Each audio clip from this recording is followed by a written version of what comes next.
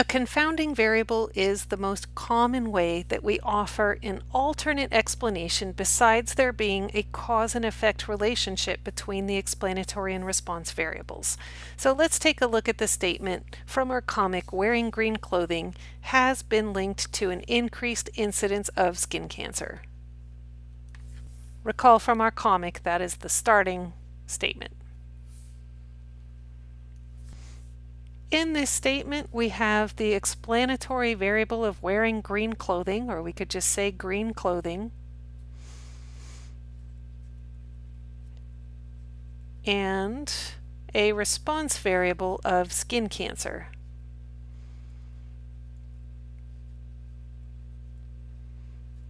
Now, if this arrow between them is really present, then that means we have a cause and effect relationship. So this is what we're questioning. If we can come up with a third variable that influences both of these, then that will give us an alternate explanation for this relationship, for the fact that these tend to rise and fall together, and that will thwart the idea that there is really a cause and effect relationship here. So we could think about what's the one day of the year where most people wear green, right? And we say, oh, St. Patrick's Day, of course. Well, St. Patrick's Day is a celebration of Irish culture, and the Irish people are known for loving the color green. And also Irish people are known for having very fair skin and therefore more prone to skin cancer, especially if they're living in a climate other than Ireland. So we could say that the confounding variable might be ethnicity, right? Or we could just keep it simple and say whether or not the person is Irish, right? For this to really be a variable, we want to think of that as being yes or no. And similarly with each of these, green clothing, yes or no. Being diagnosed with skin cancer, yes or no. For these to be variables, we want to make sure that it's a description of something that could take on multiple values. Both of these are categorical variables. Actually, all three of these in this case are categorical variables. So if we say what's really going on here is that Irish people tend to wear green and Irish people tend to get skin cancer, it's not true that the green clothing is somehow cancerous, right? So what happens is that once we have established these two links here from our confounding variable to our explanatory variable and from our confounding variable to our response variable, we take this one out and we say that relationship is explained now. We don't have any reason to believe that there's a cause and effect relationship and that green clothing is somehow cancerous or harmful, right? So a confounding variable is a third variable that influences both, that might make them tend to rise and fall together, and that offers an alternate explanation to there being a real cause and effect relationship here.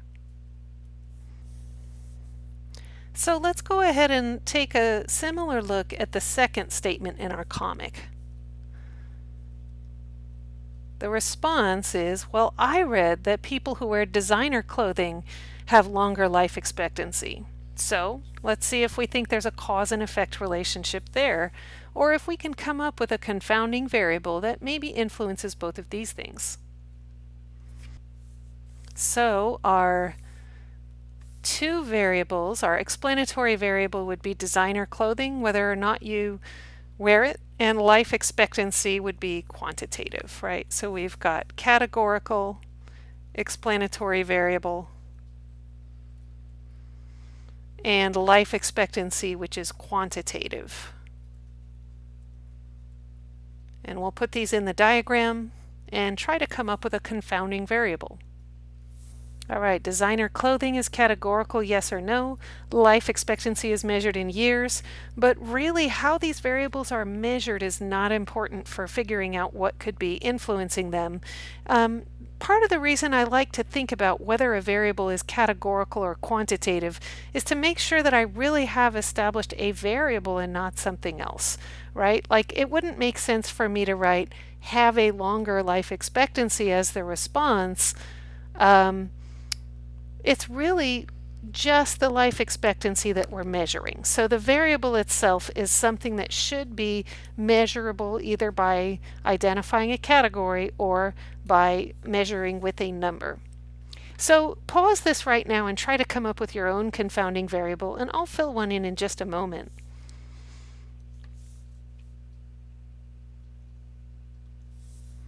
Anything on the income or socioeconomic kind of spectrum would be a reasonable confounding variable here, right? People with higher income are certainly more likely to wear designer clothing because they can afford to buy it. Also, people with higher income tend to have a longer life expectancy for many reasons. One might be that they can get the medical help they need, they can afford to buy fresh produce every week so they can eat better. Also, they might tend to have jobs that aren't as hard on their health, right? If you have a lot of education and have a job like, for example, a math professor, you can have a more comfortable life that will then perhaps lead to a longer life expectancy than if you have a lower income job that is harder work. So I've explained both arrows, right? People with higher income can afford designer clothing. That explains the arrow to the explanatory variable. People with higher income have better access to health care, and that can explain the link to life expectancy. We have to establish both of these explicitly. We don't have to go on about all of the reasons that it might be true, but we do have to at least address one reason why we think that income might influence life expectancy to have explained why this is an example of confounding. Now, because we have established both of these links, we can now delete the arrow that goes between designer clothing and life expectancy and say, this is what's really going on. We don't think we actually have a cause and effect relationship here. So we haven't proven that there isn't a cause and effect relationship, but we certainly have come up with a more plausible explanation for why these two things might go together. So don't run out and buy designer clothing thinking it's going to make you live longer. In order to really get the idea of what confounding is, let's also take a look at a few common misconceptions. So we'll look at this example here, being spanked by parents and bullying. So what we're saying is a study reveals that more kids who were spanked by their parents in their early years tend to have bullying behavior later. So our explanatory variable is being spanked by parents and the response variable is bullying, and we're thinking about whether there is a confounding variable here that could allow us to remove this arrow from the explanatory to the response variable, if so. Now let's look at all of these explanations and see which ones really do describe confounding, which would be a third variable that influences both the explanatory and response variable. First one, children with ADHD may be more challenging to raise without spankings. So it looks like we've identified that ADHD is a new thing that we're bringing in that could be considered a variable, any sort of diagnosis of behavioral disorders. And it looks like it has an influence on spankings because we've said that these children may be more difficult to raise without spankings. Now, by the way, I'm not saying I believe all of this stuff. I'm just putting out possible explanations out there for us to examine whether or not they describe confounding, not whether we agree with them, right? And they may tend to have anxieties that lead to bullying behavior in their older years. So that second part of this statement explains the link that we have to the response variable of bullying. So because we've established both of those links, we would say that this does describe confounding, and the confounding variable could be, we could just say it's ADHD, yes or no, or we could get more general than that and say any sort of behavioral disorder, right?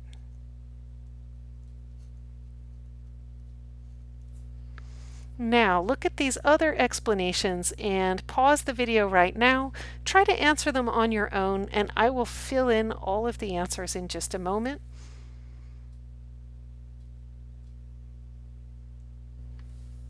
Okay, looking at the second statement, children who are bigger, so we have introduced another variable here, size, right, are more likely to be bullies because they can win fights with other kids.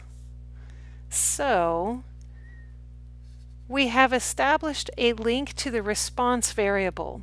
We have not established any link to spanking, right? So we can say, what about spanking? If it's just something that influences the response variable, it is not explaining confounding. It has to establish both links to explain why both of these variables might tend to rise and fall together. So this does not describe confounding. The second statement, some parents will spank whether the child is acting out or not. So we can kind of see that there's a little bit of a suggested other variable here, which is just parenting style, right?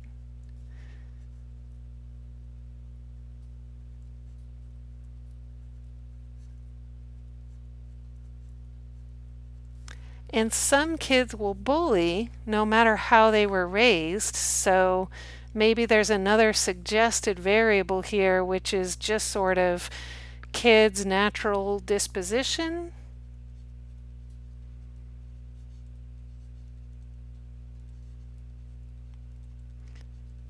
This is a fairly common misconception also, that if we just explain each part of this in some other way, that we've gotten confounding. This is not confounding, right?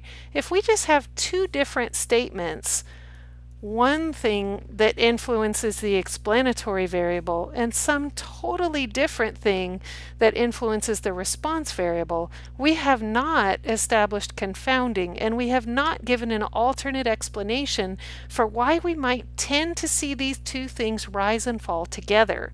This is not confounding.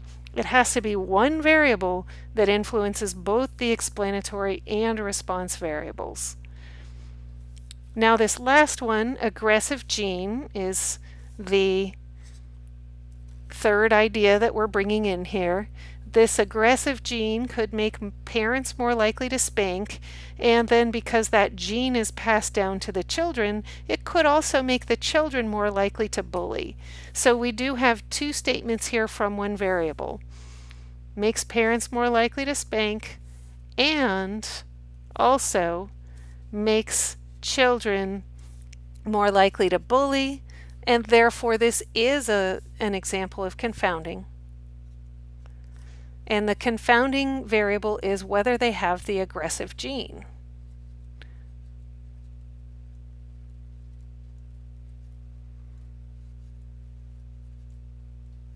Now again, I'm not saying that we've established that there is an aggressive gene. This is definitely not something that's really known, but it is a valid explanation of confounding. It could be true that there is a gene that tends to have this effect on both the behavior of the parents and the behavior of the children, and if that's true, then the idea that the spankings are causing the bullying is somewhat refuted by this idea, right? Just like the ADHD, if a child is born with ADHD and it makes it to where the parents just can't quite get through their discipline process without a spanking, and the ADHD also results in some bullying behaviors. Again, all of this is if, then that has established confounding, and it has given us an alternate explanation for why we might tend to see these things go together, even if Spanking does not, in fact, cause any sort of bullying.